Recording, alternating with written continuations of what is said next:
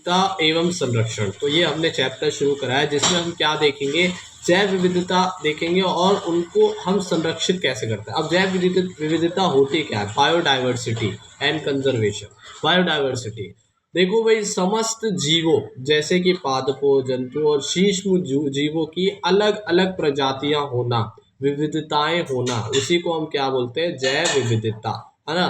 जो कि एक निश्चित आवास में क्या करते हैं, एक जगह पर क्या करते हैं, पारस्परिक अंतर क्रियात्मक तंत्र की भांति उत्पन्न होते हैं। मतलब एक पूरे सिस्टम की तरह कार्य करते हैं। पूरे सिस्टम में अलग अलग जो जीव है वो अपना कार्य करते हैं और इन्हीं की विविधताओं से, है ना, हम इन्हीं की विविधताओं को हम जैव विविधता कहते हैं, बायोडाइवर्सिटी। अब जैव विविधता जो शब्द है वो पारिस्थितिकी के अंतर्गत उपयोग किए जाने वाले शब्द जैविक विविधता का नवीन एवं संक्षिप्त रूप है। तो जैव विविधता का जो जैव विविधता को जो पहले बुलाते थे वो क्या बुलाते थे, जैविक विविधता, और उसी का ये नया शब्द है जैव विविधता। मतलब ये पुराना था जैविक विविधता। अब देखो भाई, जैव विविधता क्या है, इसका शब्द जो सबसे पहले उपयोग करा था वो किसने करा था, वॉल्टर जी रोसेन ने। वॉल्टर जी रोसेन ने 1986 में पौधों और जंतुओं और सूक्ष्म जीवों के विविध प्रकारों को उनमें विविधताओं के लिए किया था। मतलब अलग अलग प्रकार को दिखाने के लिए, विविधताओं के लिए इसका इस्तेमाल करा था, जैव विविधता। ठीक है। अब देखो भाई, जैव विविधता के प्रकार क्या क्या है, बायोडाइवर्सिटी, टाइप्स ऑफ बायोडाइवर्सिटी क्या है। देखो सबसे पहला है आनुवांशिक विविधता। देखो भाई, हमारे अंदर जो चेंजमेंट है वो कौन कौन से है, पहले आनुवांशिक, जैसे कि भाई एक ही प्रजाति के जीवों में होने वाली विविधताओं को आनुवांशिक विविधता कहते हैं।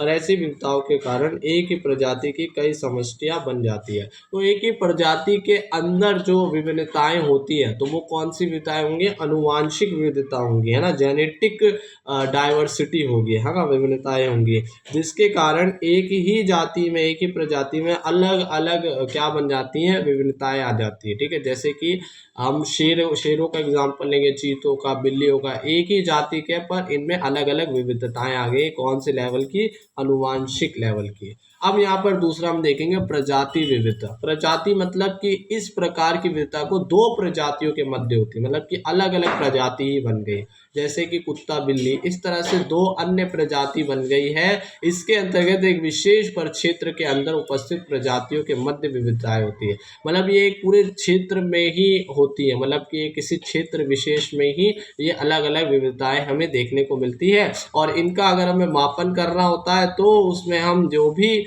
उस क्षेत्र में उपस्थित जितनी भी प्रजातियां हैं उनकी संख्या को जोड़कर हम उनका क्या कर सकते हैं, मापन कर सकते हैं। तो ऐसी विविधताओं का मापन उस क्षेत्र में उपस्थित विभिन्न प्रजातियों की संख्या के आधार पर किया जाता है। ठीक है। जैसे कुत्ते हमने गिन लिए, बिल्ली अगर गिन ली, है ना, उसमें पेड़ जितने हैं वो अलग अलग प्रकार के होंगे तो वो गिन लिए। तो ये पूरे जो क्षेत्र में आ रही है ना, वो हमारी क्या कहलाएगी, इसका मापन कहलाएगी, और इसी को हम प्रजाति विविधता बोल रहे हैं। ठीक है ना। हम तीसरा देखेंगे पारिस्थितिक तंत्रीय विविधता। पारिस्थितिक मतलब कि इकोसिस्टम, पारिस्थितिक तंत्र मतलब इकोसिस्टम डाइवर्सिटी। तो क्या होता है इकोसिस्टम डाइवर्सिटी, देखो भाई, धरती पर अलग अलग प्रकार के इकोसिस्टम है, ठीक है ना, जैसे कि रेगिस्तान, जंगल, समुद्र तट। तो ये इकोसिस्टम अलग अलग तरह के जीव पाए जाते हैं, इसमें अलग अलग तरह के जीव पाए जाते हैं जो उन जीवों का घर है। ठीक है ना, जो अलग अलग जीवों का घर है भाई, अलग अलग इकोसिस्टम। और इस प्रकार किसी पारिस्थितिक तंत्र में प्रजातियों की विविधता को ही पारिस्थितिक तंत्र विविधता कहते हैं। और यही अलग अलग जो इकोसिस्टम है उनमें अलग अलग जो प्रजातियां रह रही हैं उन्हीं के पूरी विविधताओं को हम क्या बोलते हैं, पारिस्थितिक तंत्रीय विविधता कहते हैं, इकोसिस्टम डाइवर्सिटी। और ये तीन रूप में है। एक है अल्फा विविधता, इसका मतलब है कि किसी एक इकोसिस्टम में कितनी अलग अलग प्रजातियां हैं। तो किसी एक इकोसिस्टम, जैसे कि भाई जंगल में कितने तरह के पेड़ पौधे और जानवर है किसी एक जंगल में, ठीक है ना, तो एक जंगल की बात हो गई। अब बीटा विविधता क्या है कि इसका मतलब कि दो इकोसिस्टम के बीच कितना अंतर है, मतलब कौन कौन से वहां पर प्राणी पाए जाते, पौधे पाए जाते हैं, उनका अंतर क्या है, बीटा विविधता। जैसे कि एक जंगल में और एक रेगिस्तान में कितनी अलग अलग प्रजातियां हैं, तो वो कौन सी हो जाएगी, बीटा विविधता। ठीक है ना। जैसे कि अलग अलग इकोसिस्टम में हमने क्या करा, कंपेयर करा कि उसमें कौन कौन सी प्रजातियां पाई जा रही है। तीसरा है गामा विविधता। इसका मतलब है कि किसी बड़े भौगोलिक क्षेत्र में कितनी अलग अलग प्रजातियां पाई। अब यहाँ पर पूरे एक बड़े भौगोलिक पूरा ज्योग्राफिकल एरिया को हमने ले लिया, जैसे कि भारत में कितनी तरह के जीव जंतु हैं उसका जो हम देखते हैं ना, उसका मापन जो करते हैं, उसको जब हम विविधता का अध्ययन करते हैं उसी को हम गामा विविधता कहते हैं। अब हम आते हैं नेशनल पार्क के ऊपर, राष्ट्रीय उद्यान। तो राष्ट्रीय उद्यान नेशनल पार्क वह होते हैं जो सरकार द्वारा वन्य जीवन के विकास के लिए घोषित कर दिए जाते हैं, और उसमें क्या होता है, वनों की कटाई, पशु चारागाह और पशु चारण जो है और खेती वगैरह की अनुमति नहीं होती है। वो सिर्फ और सिर्फ वन के विकास के लिए और वहाँ के जीवों के विकास के लिए होते हैं, ठीक है। उसी को हम नेशनल पार्क बोलते हैं। और भारत के कुछ प्रमुख राष्ट्रीय उद्यान हैं, उनमें से सबसे पहला हम यहाँ पर देखते हैं जिम कॉर्बेट नेशनल पार्क। तो जिम कॉर्बेट नेशनल पार्क जो है वो उत्तराखंड के नैनीताल में है, और यह 525 किलोमीटर वर्ग में फैला हुआ है, और इसकी स्थापना हुई थी 1935 में, और ये सर्वप्रथम राष्ट्रीय उद्यान है, ठीक है ना। तो सबसे पहले जो नेशनल पार्क है वो कौन सा है, जिम कॉर्बेट, जो कि 1935 में बनाया गया था, और ये जो है ये कहाँ पर है, उत्तराखंड के नैनीताल में, ठीक है। और 525 वर्ग में किलोमीटर में फैला हुआ है, जिसमें विभिन्न प्रकार के जीव जैसे हाथी, बाघ, भेड़िया, इन सबको संरक्षित किया जाता है। तो नेशनल पार्क इसलिए बनाए जाते हैं ताकि इन जीवों को संरक्षित करे जाए जो विलुप्त हो सकते हैं, जो भारत से मतलब कि विलुप्त हो जाएंगे। तो इस वजह से हम नेशनल पार्क बनाते हैं। दूसरा है डैची गेम नेशनल पार्क। तो ये जम्मू कश्मीर के श्रीनगर ज़िले में स्थित है, और यहाँ चीता, काले भालू, कस्तूरी मृग, मस्क डियर और जंगली बकरी और कश्मीरी मृग, कश्मीरी स्टैग का संरक्षण किया जाता है। तो डैची गेम जो नेशनल पार्क है वो जम्मू कश्मीर के श्रीनगर ज़िले में उपस्थित है, और जिसमें इन प्राणियों का संरक्षण होता है। तीसरा है कांगेर राष्ट्रीय उद्यान। कांगेर नेशनल पार्क जो है वो छत्तीसगढ़ के बस्तर जिले में स्थित है।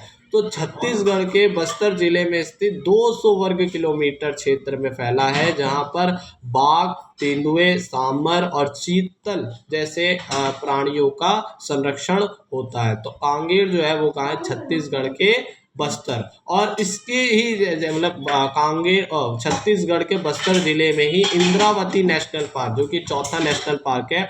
इंद्रावती नेशनल पार्क जो है वो छत्तीसगढ़ के बस्तर जिले में ही उपस्थित है, और यहाँ बाघ, तेंदुए, बारहसिंगा को संरक्षित किया जाता है, ठीक है ना।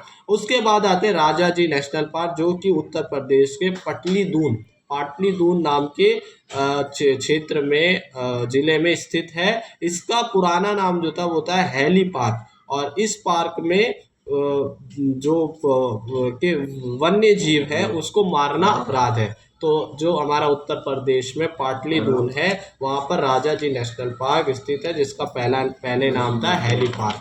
अब छठा जो है वो है बांधवगढ़ राष्ट्रीय उद्यान जो है वो मध्य प्रदेश में है और उमरिला जिले में स्थित है।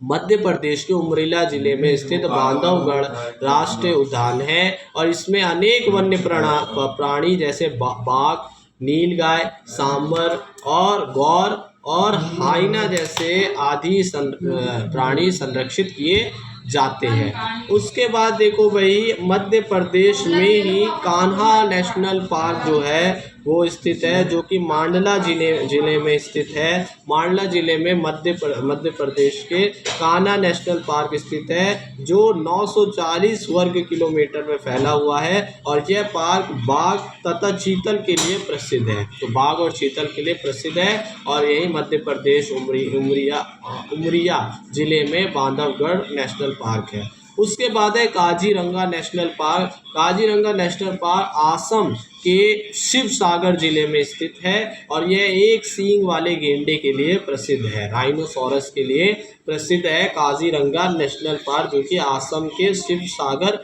जिले में है। उसके बाद है गिर। गिर नेशनल पार्क जो है वो गुजरात में स्थित है, गुजरात के जूनागढ़ जिले में स्थित है।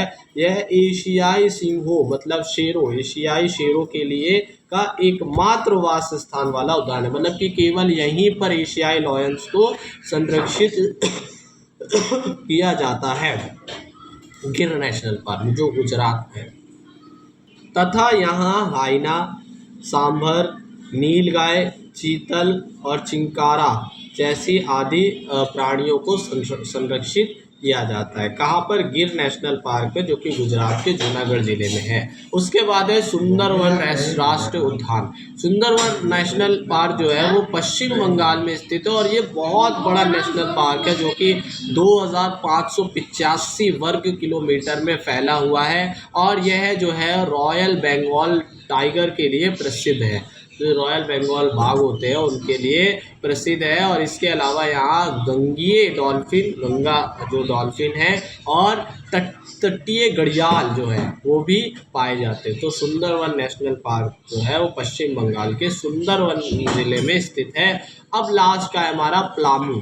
पलामू राष्ट्रीय उद्यान जो है वो झारखंड के पलामू जिले में स्थित है और यहाँ बाघों और हाथियों के लिए प्रसिद्ध है। तो इस तरह से अभी हमने ये 11 नेशनल पार्क देखे हैं, जिसमें से 2 मध्य प्रदेश में स्थित है, दो हमारे कश्मीर और एक हमारा कश्मीर, एक उत्तराखंड ऊपर के साइड में ही है, 2 हमारे छत्तीसगढ़ में स्थित है और एक उत्तर प्रदेश में है और तो 3 है हमारे अलग अलग है, जैसे कि आसाम का, गुजरात का और पश्चिम बंगाल का।